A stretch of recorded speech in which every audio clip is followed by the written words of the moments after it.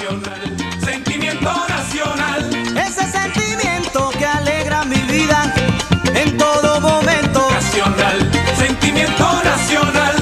Con el sabor de mi tierra. Guaco. Y de su gente. Ahí dice la canción así, ¿verdad? Guaco. Guaco. Sentimiento nacional. Seguimos en diálogo abierto con la economista Liliana Ferreira, profesora de la Universidad Centro Occidental Lisandro Alvarado. En el primer corte hablamos sobre lo que ha mostrado parte de la candidatura del presidente Avanzada Progresista Henry Falcón Fuentes y también cómo se ha ido manejando el gobierno en estos últimos días, donde ya se han anunciado las elecciones presidenciales en cuanto a materia económica. Otro de los aspectos que puso en la mesa Francisco Rodríguez, el economista que está asesorando a Henry Falcón, fue el control cambiario. Ellos dicen que bueno, de una vez que ellos lleguen van a eliminar lo que es el control cambiario.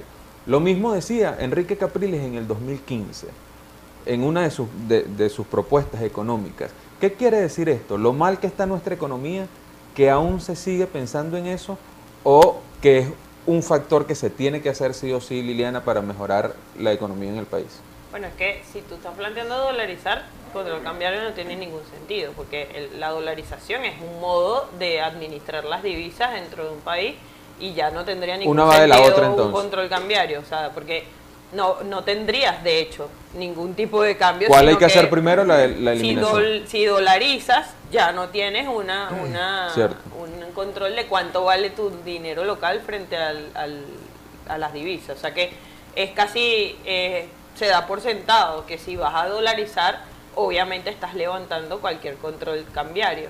Es decir, la primera acción que tienes que hacer es levantar el control cambiario. Claro, tendrías que inmediatamente plantear la forma en que vas a dolarizar, si eso es lo que vas a hacer, y cómo se va a llevar a cabo el proceso, si va a ser acordada con el gobierno de los Estados Unidos, autorizada, y se va a hacer por vía de consenso entre la Fed norteamericana y el gobierno venezolano. Tendrías que modificar la Constitución para modificar entonces, hacer todo el proceso desde la Constitución para abajo de cómo sería adoptar una nueva moneda de curso legal en ese sentido. Por eso la dolarización sería un poco más lenta de lo que sería adoptar, por ejemplo, criptomonedas como alternativa de manejo de las monedas o del comercio internacional. Allí no tendrías que hacer modificación de la Constitución, simplemente la adopción de la moneda que podrías utilizar incluso en la misma plataforma del petro. Porque una cosa que debemos superar en términos políticos en Venezuela es que cuando llega un gobierno nuevo se abandona por completo todo lo que vienen haciendo los anteriores, sin rescatar o sin tomar en cuenta que hay políticas que encaminadas de una mejor manera o encaminadas con otros objetivos pueden llevarte más rápido a donde quieres llegar. Por ejemplo, el tema de controlar la hiperinflación o de controlar la posibilidad de adquisición de bienes y servicios en el exterior, o de todas las posibilidades que puedes llegar a tener de tener un mejor flujo de dinero entre el resto del mundo y lo que se produce en el país. Quiere decir, Liliana, que entre estas dos propuestas, la más viable, o por lo menos la más efectiva, sería la criptomoneda, el petro en este caso. Sí, la más rápida en este caso sería darle fortaleza a todo lo que es el sistema de criptomonedas dentro del país, al uso, todo lo que sería legalizar las criptomonedas dentro del país. Hasta este momento, por ejemplo, Alemania ha empezado a legalizar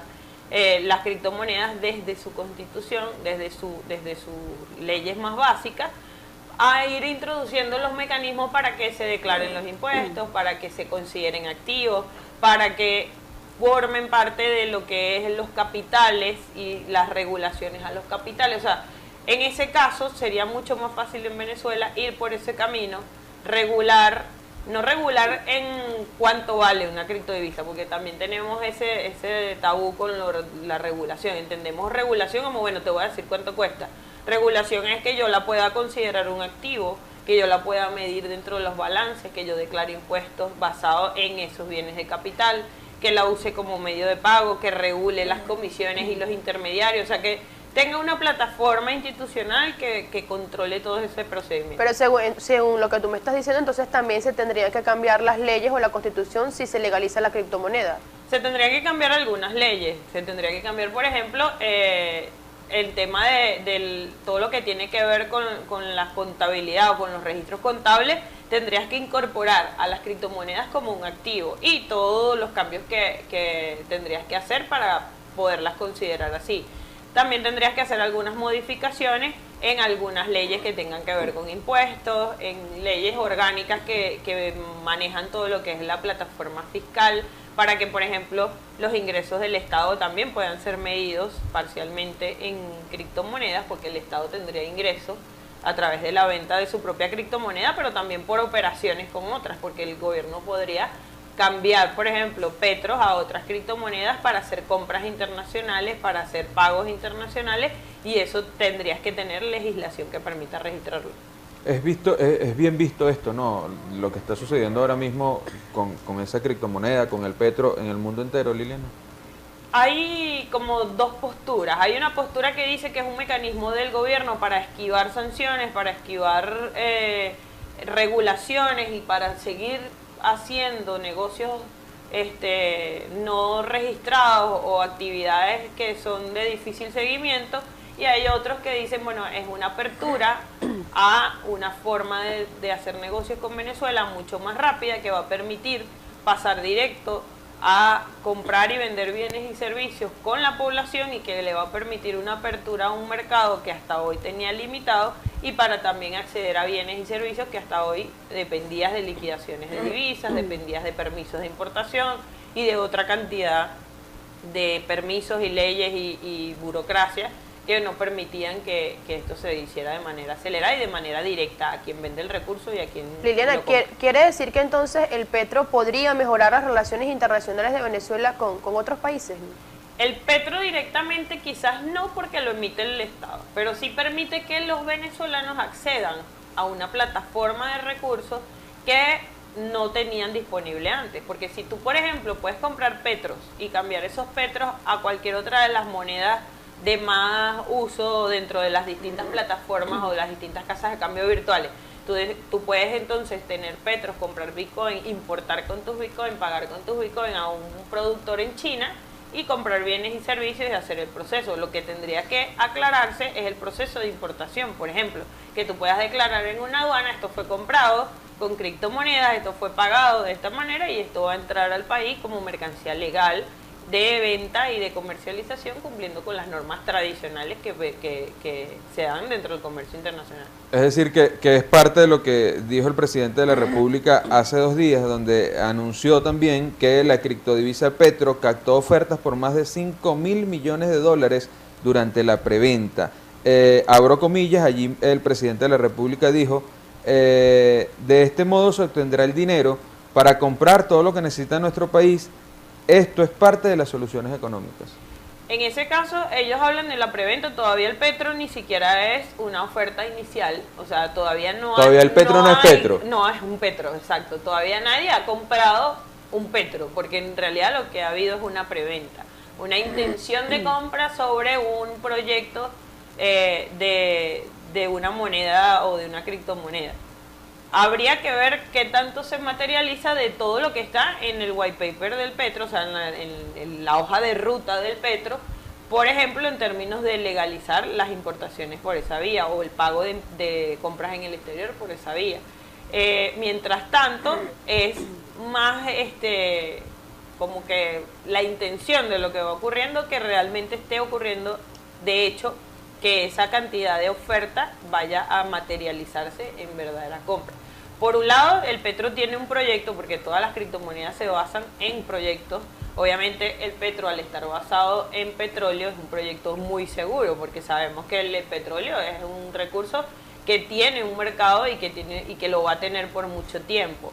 En ese sentido no tiene el riesgo de otras criptomonedas que de pronto se basen en proyectos de mercados que no está seguro que vayan a ser exitosos.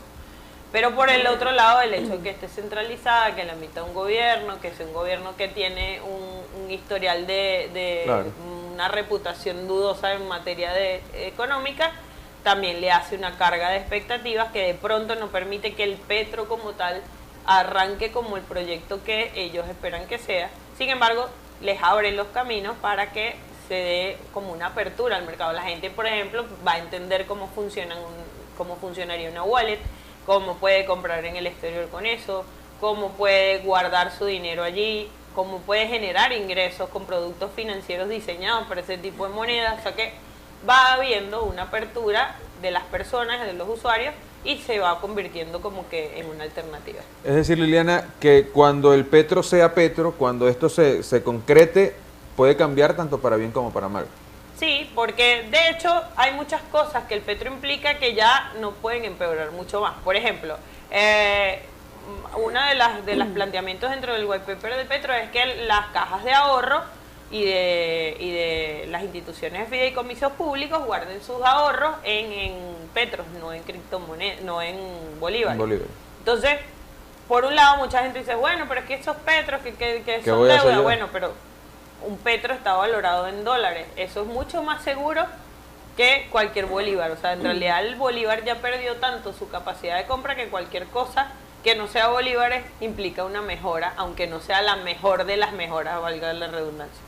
En este caso, cuando tengas de pronto que las cajas de ahorro pueden manejar petros, es posible que esas cajas de ahorro puedan hacer operaciones en otras criptomonedas y obtener una rentabilidad con productos diseñados para esas cajas de ahorro y para ese tipo de ahorro, como en los años 80 fueron las cajas de ahorro diseñadas para tener fideicomisos en activos de la bolsa de valores y en activos del mercado de dinero y del mercado de capitales. O sea que pudiera ser un cambio en esa misma dirección. Quiere decir, Liliana, que si al petro le va mal, todavía no hay nada que perder. Exacto, si el petro no funciona, por lo menos la posibilidad de abrirse a las criptomonedas le genera un beneficio a la población que aprende como que en la ruta por donde debe transitar. Quizás esa moneda no sirve, pero las demás puedan servir, o quizás pueda incluso funcionar el proyecto de manera efectiva. Liliana Ferreira, economista, nos acompaña la tarde de hoy en Diálogo Abierto. Hacemos una pausa y regresamos con más de nuestra invitada. Y notas la diferencia.